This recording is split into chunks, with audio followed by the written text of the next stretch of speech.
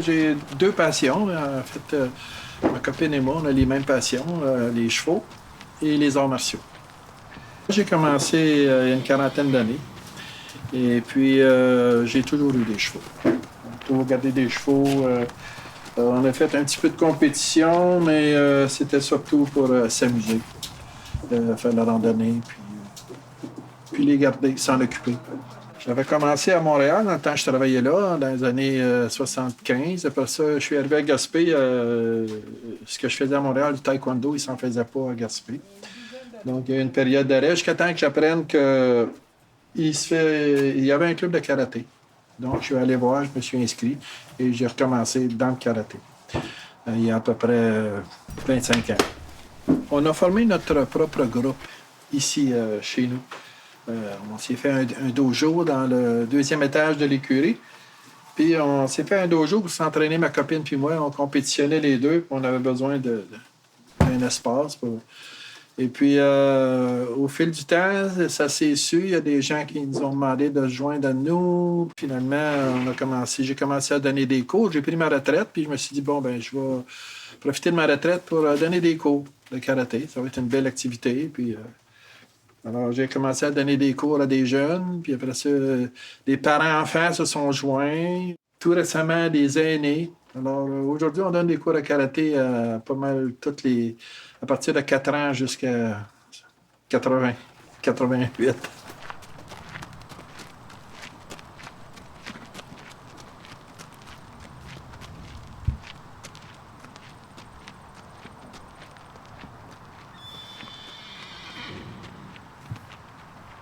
Étant donné que j'étais à ma retraite aussi, puis que je voulais me consacrer beaucoup de temps aux arts martiaux, je me suis adressé à d'autres arts martiaux. Le Iaido avec le sable, le Kobudo avec les armes anciennes, le Bo, le Sai, le Tanfa, le Kyudo avec l'arc. Puis à un moment donné, on a vu sur Internet le Yabusame, le tir à l'arc à cheval, qui est un art martial probablement le plus ancien, selon ce qu'on peut voir. Donc, ça a vraiment attiré notre attention parce que les chevaux, les arts martiaux, les deux en même temps, on a cherché des informations, on a commencé à essayer de le pratiquer. Puis, au bout de quelques années, j'ai fini par me faire un contact au Japon. Une femme sensei en Yabusame qui a accepté, elle, de m'aider pour me passer les renseignements, de comprendre les techniques, de comprendre les pourquoi de telle chose, qui m'avait tout le temps été refusé avant. Par des Japonais qui étaient réticents à m'informer du Yabusame. Ce qui s'est vraiment passé, c'est que le Yabusame, depuis sa création, c'était une cérémonie plus spirituelle, religieuse. Genre pour avoir des bonnes récoltes, puis ainsi de suite. Là. Puis les dernières années, les 5-6, puis c'était réservé aux hommes. Puis je dirais, dans les 5-6 dernières années, il y a un groupe de Japonais qui ont décidé de faire du Yabusame une deuxième partie, mais plus sportif, avec lequel la précision des tirs est comptée. Il y a un système de points, puis il y a un gagnant, un deuxième, un troisième. Ça a ouvert la porte aux femmes. Aujourd'hui, de ce que je vois, il y a probablement comme 10 femmes pour un gars qui le font de façon sportive.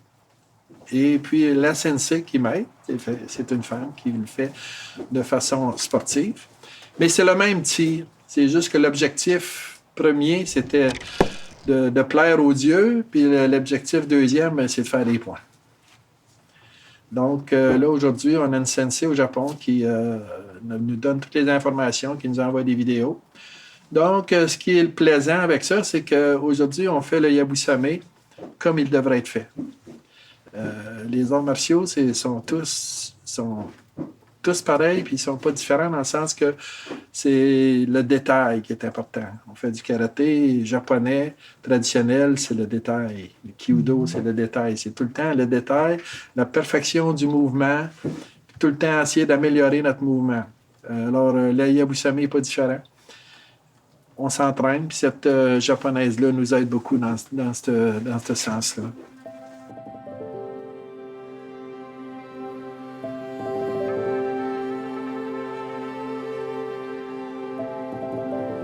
Le cavalier galope avec son cheval, il faut que le cheval tire avec le cavalier, il faut que ce soit un tout.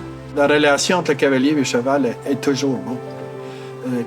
Peu importe ce que tu vas devoir faire avec un cheval, s'il n'y a pas de relation entre les deux, ça va être très difficile. Ça va être très difficile, même des fois, juste au niveau de caractère. Moi, il y a des chevaux avec lesquels je m'entends bien, puis il y a d'autres chevaux que je m'entends pas bien. Il y a des chevaux que ça ne clique pas ensemble. Il y a 3 cibles. Alors, du départ à l'arrivée, il y a un temps à respecter. Alors, moi, je ne suis pas rendu encore dans le bon temps. Je ne suis pas encore assez rapide. Au Québec, ça ne se fait pas nulle part. Au Canada, j'ai trouvé une place en Colombie-Britannique qui fait sensiblement la même chose que moi, puis en plus qui a le même sensei que moi, la même femme japonaise. Il y a beaucoup de tirs à l'arc qui se font, genre les barbares, là, avec des petits arcs, là, puis ils tirent partout. C'est correct, mais ça n'a rien à voir avec la forme d'Yabusame qui est plus,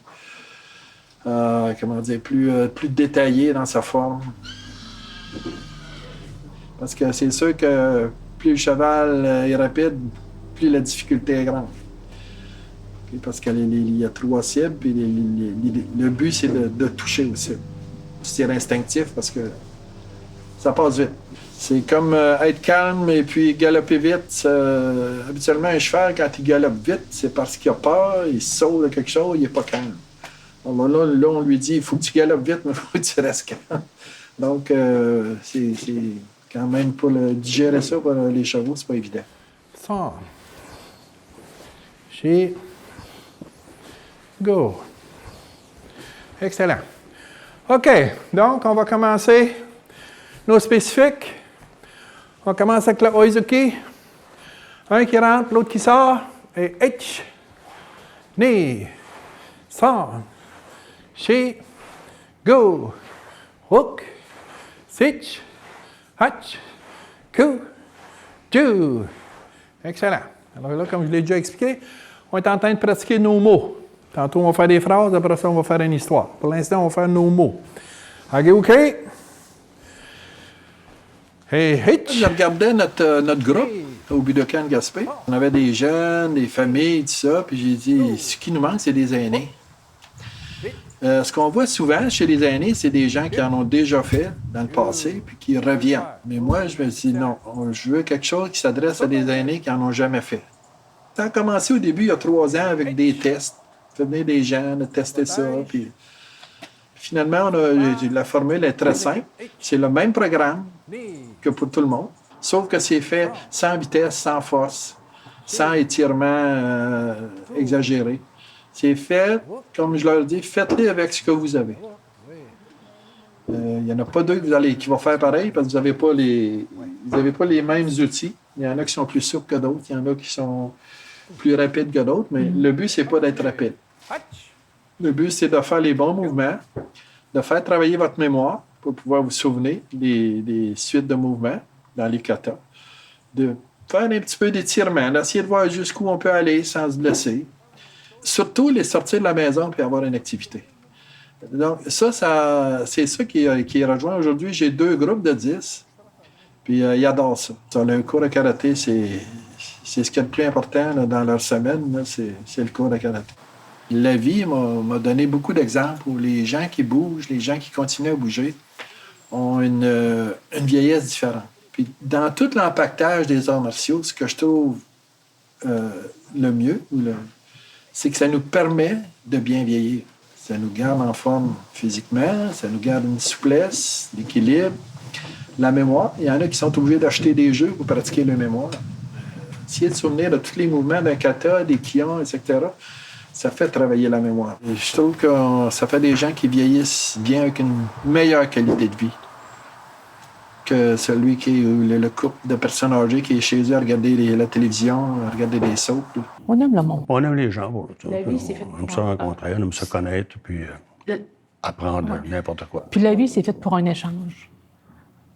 Les autres apprennent de nous autres, nous, on apprend des autres. C'est fait pour ça aussi. Si on peut transmettre, on transmet. Puis le fait de se motiver en groupe aussi, tu sais, s'il y a une journée de l'autre, tu vois qu'elle est moins... Tu sais, elle a moins de jus à donner, bien, tu l'encourages. Pas de jus. C'est de ne pas arriver, là, puis... Oh, encore un cours. Non. T'arrives, puis... On est content d'être là, tu sais. On est supposé d'être des rayons de soleil, chacun, pour chacun. Puis c'est ça qui donne du pep. Ça donne du pep aussi à Alain. Lui, il est toujours en train de nous encourager. Bien, nous autres aussi, il faut qu'on l'encourage. C'est ça. C'est ça. C'est simple, c'est ça la vie.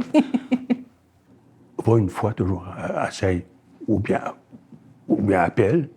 Puis, s'il y a une place disponible, tu la prends, puis tu l'essayes. Tu peux tomber sous le charme. Donc, c'est de ne pas avoir peur, de ne pas dire « Ah ben moi, je ne sais pas comment faire, tout ça. » On est tous au même niveau.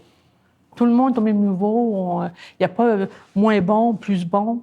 On travaille pour soi-même en partant.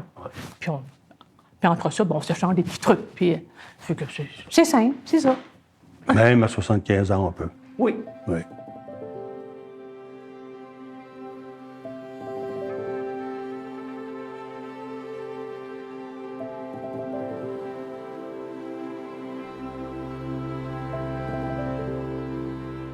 C'est la philosophie, puis c'est la perfection de soi-même. Toujours essayer d'être meilleur, autant physiquement que spirituellement, d'être une meilleure personne. À tous les jours, essayer de faire des petits détails qui font qu'on est une meilleure personne. Donc, si on prend la même philosophie des arts martiaux, qui fait que dans l'art martial qu'on fait, on essaye de devenir toujours meilleur, on peut appliquer ça à notre vie de tous les jours. Le karaté, ça veut dire main vide. T'es seul, t'as rien dans les mains, t'as pas d'armes, t'as pas de cellulaire. Puis il faut que tu traverses la vie, les mains vides. Avec les techniques, avec les façons de faire que le karaté t'amène à découvrir. D'être un meilleur citoyen, d'être un meilleur mari, un meilleur père, un meilleur de tout ce qu'on devrait être, en réalité. L'autre, ça, c'est Kikumi. Ça, c'est Kikumi. Le karaté va te montrer autre chose, va te montrer, regarde, mets-toi pas dans le danger, mais fais face. Fais face avec pas des solutions, mais des stratégies pour essayer de régler le problème. Le karaté, c'est pas juste frapper un adversaire, c'est beaucoup plus large que ça. Mais ça s'explique pas d'abord quand t'es pas dans la game, comme on dit, là. Rendu à un certain niveau. Okay? Je prends mes jeunes qui font beaucoup de compétitions. Ces jeunes-là vont se faire attaquer un jour, ils auront zéro panique. Là. Ils vont peut-être manger un coup, mais ils ne seront pas déboussolés, perdre leurs moyens, parce que c'est un monde qu'ils ont connu à travers la compétition, qu'ils sont capables de gérer dans ces situations-là. Pour intéresser l'enfant, j'avais un groupe parents-enfants qui pouvaient pratiquer les deux ensemble. Puis aujourd'hui, j'ai des parents, j'ai 5-6 parents qui, après 6 ans de pratique, l'année prochaine, sont éligibles à passer leur ceinture noire en karaté. Ouais. Alors là, c'est l'étape où ils sont plus en mesure de comprendre toute cette philosophie-là qui tourne autour du karaté. Il y a un cheminement qui s'est fait à partir de rien. Puis aujourd'hui, on continue ici à donner des pratiques, j'aime mieux appeler ça des pratiques que des cours d'arts martiaux, puis on le fait gratuitement. Pas d'enregistrement, pas d'inscription, pas de frais. Il y a une cédule, les gens savent qu'est-ce qui se passe, à quelle heure, puis ils viennent, font leurs pratiques. C'est ça, je ne veux pas avoir personne qui vient consommer. Je veux avoir des pratiquants, je veux des gens qui viennent pratiquer parce qu'ils veulent pratiquer le karaté ou le iaido